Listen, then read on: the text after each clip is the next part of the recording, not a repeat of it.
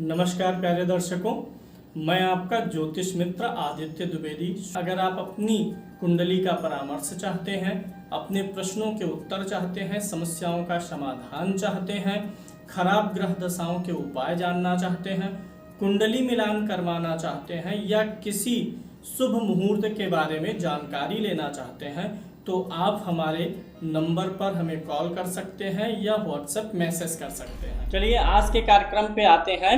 आपको जानना है आपके अच्छे और बुरे ग्रह कौन से हैं। ये आपकी जन्म कुंडली होती है। कुंडली आपकी सामने रहे, बिना किसी गुणा गणित के आप जान पाएंगे। देखिए, आपकी कुंडली में 9 ग्रह कहीं ना कहीं लिखे होते हैं। सूर्य, चंद्र, मंगल, बुध, गुरु, शुक्र, शनि, राहु के कहीं ना कहीं पूरी कुंडली में लिखे हुए रहते हैं। पूरी कुंडली में 9 ग्रहों में कौन सा ग्रह अच्छा है आपका और कौन सा खराब, आइए इसको जानने का प्रयास करते हैं। आपकी कुंडली में कहीं भी अगर सूर्य ग्रह जहां लिखा हुआ है वहीं पर 1, 5 और 9 नंबर की गिनती लिखी हो तो सूर्य ग्रह आपका अच्छा माना जाएगा। अगर 1 नंबर की गिनती पर, 5 नंबर की गिनती और 9 नंबर की गिनती पर सूर्य लिखा है तो सूर्य ग्रह आपका अच्छा फल देने वाला है। सूर्य से संबंधित जो चीज़ें हैं, मान सम्मान, प्रतिष्ठा, आत्मविश्वास, पिता, पद आदि अच्छा आपको मिलेगा। लेकिन अगर वही सूर्य 10 नंबर, 11 नंबर और 12 नंबर की गिनती पर लिखा हो, मान लीजिए कि आपकी कुंडली में यहीं पर जो है 7 नंबर लिखा है और सूर्य है, यहाँ पर 12 में बोल दिया, गलत हो गया, सॉरी।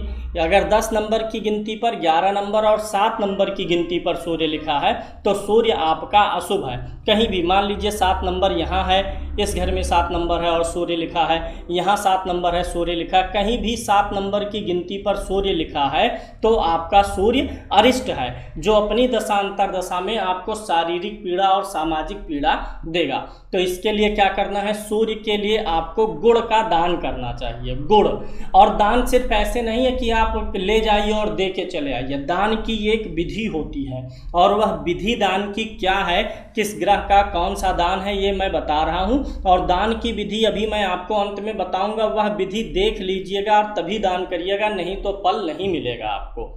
इसी प्रकार से आपकी कुंडली में, पूरी कुंडली में कहीं भी चंद्रमा अगर 2 नंबर की गिनती पर लिखा हो, 4 नंबर की गिनती पर या 12 नंबर की गिनती पर लिखा हो तो वह अच्छा फल देगा। मान लीजिए चंद्रमा इस घर में है और यहीं पर 2 नंबर, 4 नंबर या 12 नंबर की गिनती हो, यहाँ हो 2, 4, 12 नंबर की गिनती, जहाँ सूर्य है वहीं पर 2, 4, 12 नंबर की गिनती हो तो चंद्रमा आपका अच्छा फल देगा, शुभ फल आपको देगा। लेकिन अगर चंद्रमा 8 नंबर की गिनती पर लिखा हो तो आपका चंद्रमा अशुभ फल देगा, अर्थात वृश्चिक राशि वालों के लिए चंद्रमा शुभ फल नहीं देता। ऐसे लोग अच्छे बुरे का पहचान नहीं कर पाते हैं। तो जिसका चंद्रमा 8 नंबर की गिनती पर है उनको चावल का दान करना चाहिए। चावल का दान, और कोई भी दान किलो में करना चाहिए। 1 मुट्ठी भर दान से काम नहीं बनेगा। 2 किलो, 4 किलो, 5 किलो, 11 किलो, जितना अधिकतम आप कर सकते हैं उतना दान करना चाहिए।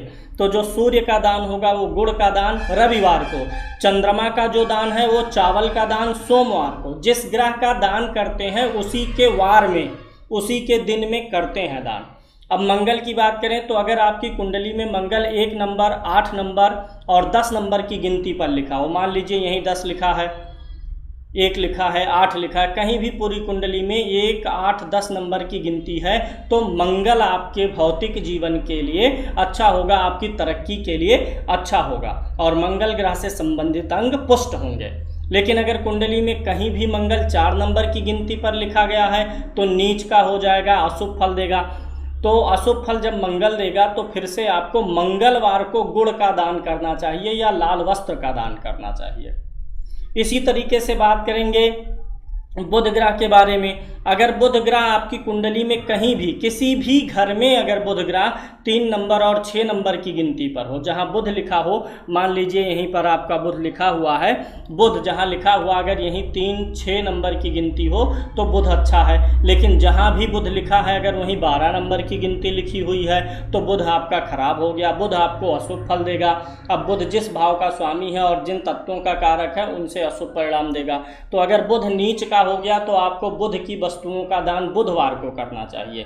बुध की वस्तुओं में हरी सब्जी आ जाती है, धनिया पाउडर आ जाएगा, मूंग आ जाएगी। तो इन सारी चीज़ों का दान आपको करना चाहिए बुधवार को।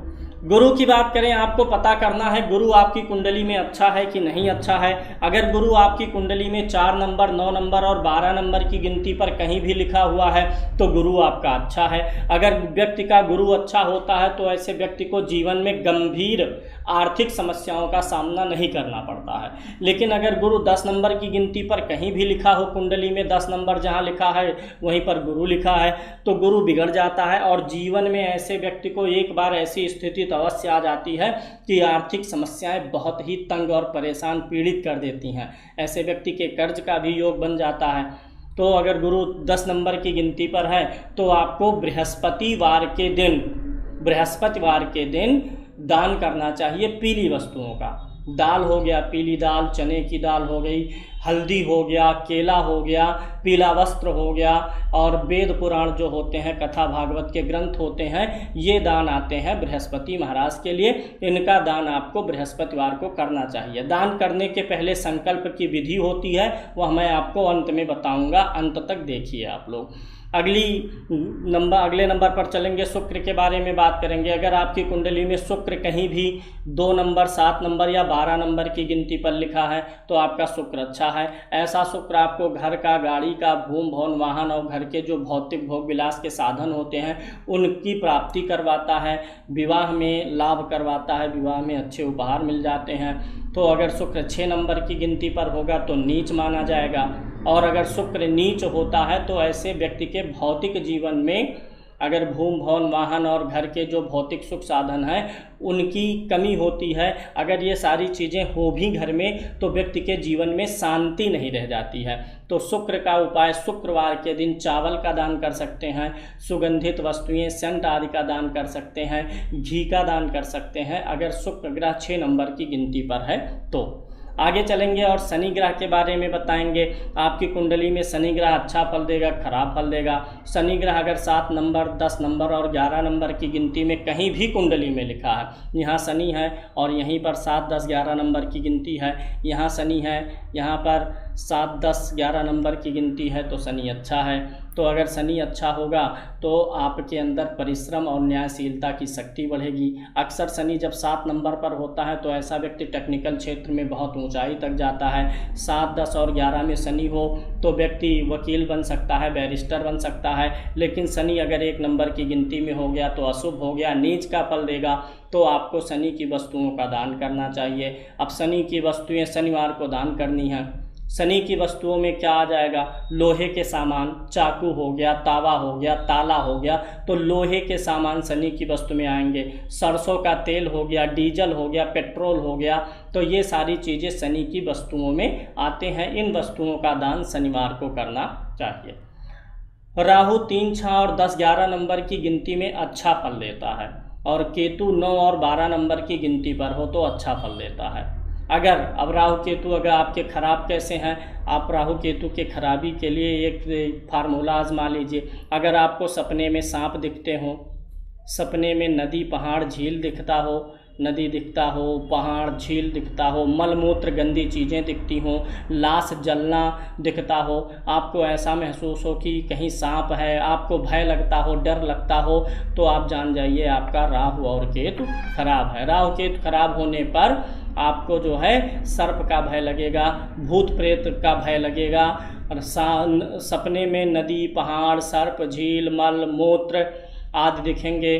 तो अगर ये सारी चीज़ें सपने में आपको दिख रही हैं तो आपको जानना चाहिए कि आपका राहु और केतु खराब है।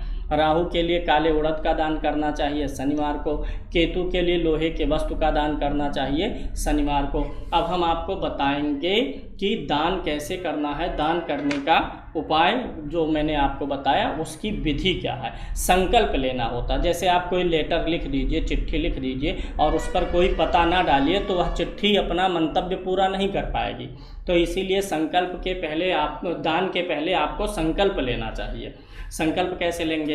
अब जैसे मान लीजिए सूर्य, चंद्रमा, इन सारे ग्रहों में से कोई आपका अरिष्ट है, उसी के लिए आपको दान करना है। आपको दाएं हाथ की हथेली में थोड़ा सा जल ले लीजिए, अक्षत ले लीजिए। दाएं हाथ की हथेली में, कुछ लोग मेरे हाथ को देख करके अब एनालिसिस करेंगे, तो दाएं हाथ में आप जो है जल ले लीजिए और थोड़ा सा अक्षत माने चावल के दाने ले लीजिए, रख लीजिए और फिर संकल्प करिए। बोलना है आपको, मैं फला व्यक्ति, मैं फला मतलब अपना नाम बोलिए, मैं फला व्यक्ति अपने, अब जिस ग्रह का दान कर रहे हैं उस ग्रह का नाम लेना होगा। मैं यहाँ पर मान लेता हूँ कि मेरा जो है राहु खराब है और मुझे राहु का दान करना है, तो राहु का दान क्या हुआ? उड़द। तो मैं संकल्प करूँगा, मैं आदित्य द्विवेदी अपने राहु ग्रह की शांति के लिए, राहु ग्रह के अशुभ फल की निवृत्ति के लिए और राहु ग्रह के शुभ फल की वृद्धि के लिए काले उड़द का दान कर रहा हूँ।